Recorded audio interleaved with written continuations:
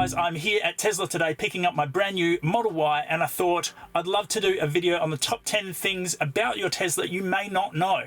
And I want to kick off the list with the emergency exit door handles.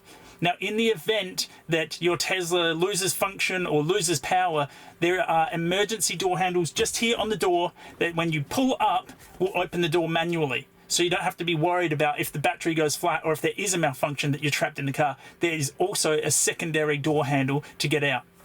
Now you can see the door handle here. It's a manual operation, but you need to know this is for emergencies only. This can actually harm the door, and it will bring a notification up on the screen saying you're going to harm the door if you keep opening it manually like that. The reason is that when you push the button, the window retracts this little bit. You can see that here. And when the window retracts, it retracts out of the weather shield for the door to then open. So it actually is part of the opening mechanism. When you open it using the emergency door handle, it doesn't notify the computer to drop the window first. So you're actually hitting the edge of your window against the weather seal, which can damage, of course, the window or the weather seal. And just out of interest, when I shut the door, you can see it goes back up into the weather seal when it closes. Now, going from there, number two. Now, this is one I didn't even know existed until a couple of days ago, and that was the rear door emergency handles. I didn't know I had them, so I just thought it was the front two doors, and in an emergency, everyone out the front door. But actually, in the rear door, in this side pocket here where you put your drinks, if you lift up the rubber, there's a little door, and there's a pull cord on the bottom, and that will manually open the rear door just as it does the front door. Same scenario, you can do damage as the window's not retracting down a bit before it opens. Now, here's one everyone should know. It's to do with the charger. If you've ever had it that the power cuts out when you're charging, you'll notice that when you go to remove the charger, you push the button, but nothing happens because the charger is no longer sending a signal. That can leave this locked in your vehicle. Now, you can come into the vehicle and push the button on the rear left here, which opens the charge port or unlocks it. Or if none of the above are working, or if you're already at the back of the car, you can also just lean in and pull this little cable here, which is a manual release. Using this does not damage the charge port. It's also worth mentioning here, when you do want to plug a charger in, if it's the same scenario, you've got a charger on at home like me that's on a timer, you can actually just press on the charge port door, it will open, and then you can plug it in, and then when your timer trips that the power's cheap or the solar's on, it will start charging. Okay, so going on from there, we're going into the bonnet.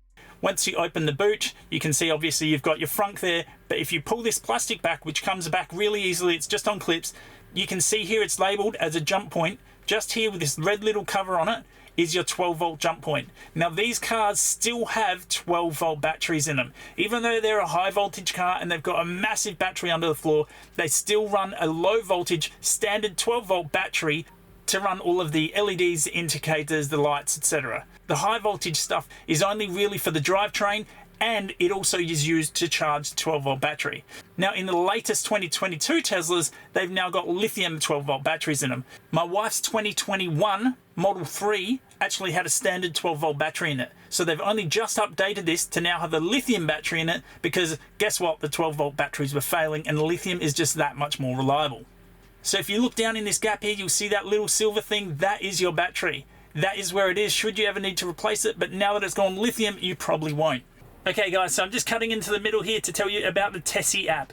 That's Tessie. It's a Tesla-based app.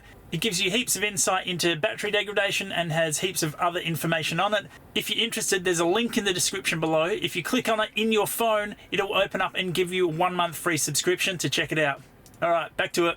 Okay, so while we're still in the bonnet here, you can see at the bottom there's that little loop thing. That is a tow point. So if you ever get stuck, say you get stuck in some soft grass, some soft sand, or God forbid you have a crash and you need to tow your car, this tow point goes in here. There's actually, if you see that circle there, that's a cap that pulls off. This tow point will push in there, and that's how you pull your car. There's one of them on the front of the car here, and you can see here there's one on the back of the car as well. Okay, here's one that can easily go straight over your head, and that is the charge pad. Just here in the center of the car, you've got 2 wireless chargers for your phone. Now, in my scenario where I've got this Samsung flip phone, the charger for my phone is on the base and it just doesn't sit high enough. But if I just prop it up on my garage remote, or if you have a Tesla fob key that's a perfect height, then it's on the charge pad. Besides that, you've got the USB-Cs in the back, but you've also got a 12 volt cigarette style plug in the center console and another one in the boot.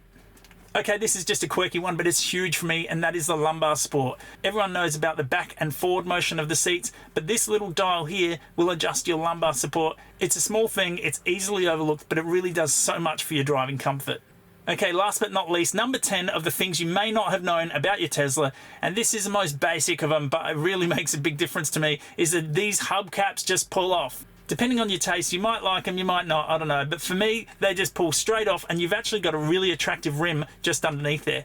And if you're worried about the center cap missing, you can buy that separately at Tesla. Well, the next video I'm doing is going to be putting a tow bar on this car because this thing is rated to 1.6 ton. If you're interested in seeing that type of thing, make sure you subscribe. Thanks for watching.